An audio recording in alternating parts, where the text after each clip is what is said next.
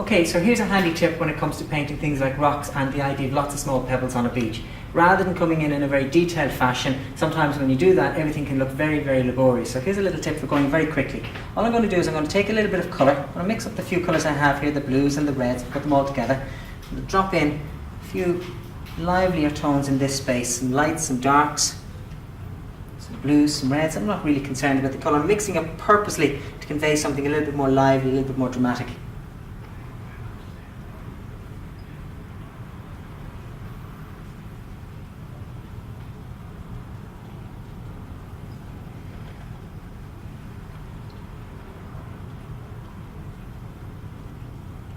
Now, there's the general shape of the rocks, but it lacks any real form because it doesn't have any sense of light and dark. So what I'm going to do is I'm going to take a painting knife. I'm just going to come along with the painting knife and I'm going to scrape into that and scrape back the shapes that I'm looking for. So I'm effectively moving the colour around. The idea that light's coming in from the right, small and large stones, just taking colour and moving it around, creating one or two textures and dramas. It's a very simple but a very effective way of conveying the idea of stones in this space.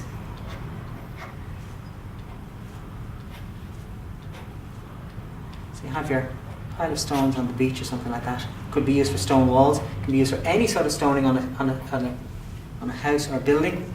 And it allows you just to throw in a variety of different colours. So you've got your bits of black, you've got your bits of blue, your violets, your yellows, all of that, and you get that sense of liveliness and drama. And as long as that remains wet, you've got an opportunity to move it. The key is not to do too much because then you risk losing the idea of the darks and it becomes a bit too formal and a bit too rigid. And there you have, we can maybe make one or two of them a little bit bigger so they're not all too uniform.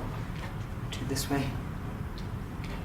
Okay, and there you have, very simple but very effective way of doing stones. Now, let's say you said you've got your stones, you've got your beach, your shingly beach here, and you've got a lot of different small stones on the beach or pebbles. You don't want to have to go and paint in every single one of those. So what I'm going to do is I'm going to take a bristle brush with some of this colour and I'm going to load it onto the bristle brush. Now again, you can layer this where you start with very light colours first and then build it up with darks to give a layering effect, or you can come in with one singular colour, really a case of which works in terms of colours that you work with. Now here I've just got a little bit of yellow ochre, a little bit of red, slightly tanny colour.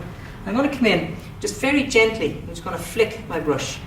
You can see that that creates a splash and it gives me the idea. Now if I don't want to go onto a certain place, I'll get my hand and I'll just make sure that I don't go too excessively. The closer to the paper I am, the less the splatter. The further away, the further the splatter. So obviously one has got to be very careful of that.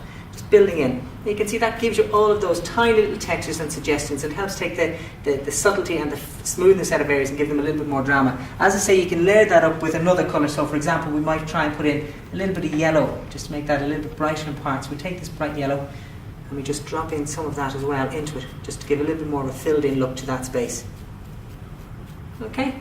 Very simple, very effective, and from there, if you want to come along then with your slightly bigger brush and suggest one or two slightly larger spaces, you can just hit them in just to break up the unevenness as you go. But the idea is just to keep the whole thing from becoming too detailed. It's quick, very simple. You can even take the knife again and just break them up a little here and there so you get a slightly more flatter smattering effect to the idea. But once more, very simple but very effective way of just creating a little bit more unevenness in any given foreground at any given stage. As I say, it can be layered up numerous times to ensure you get the range, and if need be, let one layer dry before you put the second layer on it, or the third layer, fourth layer, to give a little bit more drama. Handy little tip, very effective. Hope you found it useful. Nice, succinct. Let's just make a bit of